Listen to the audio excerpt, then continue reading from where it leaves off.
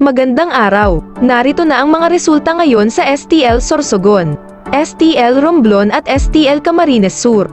Pero bago yan, para laging kang updated sa results sa STL, huwag kalimutan mag-subscribe sa ating channel.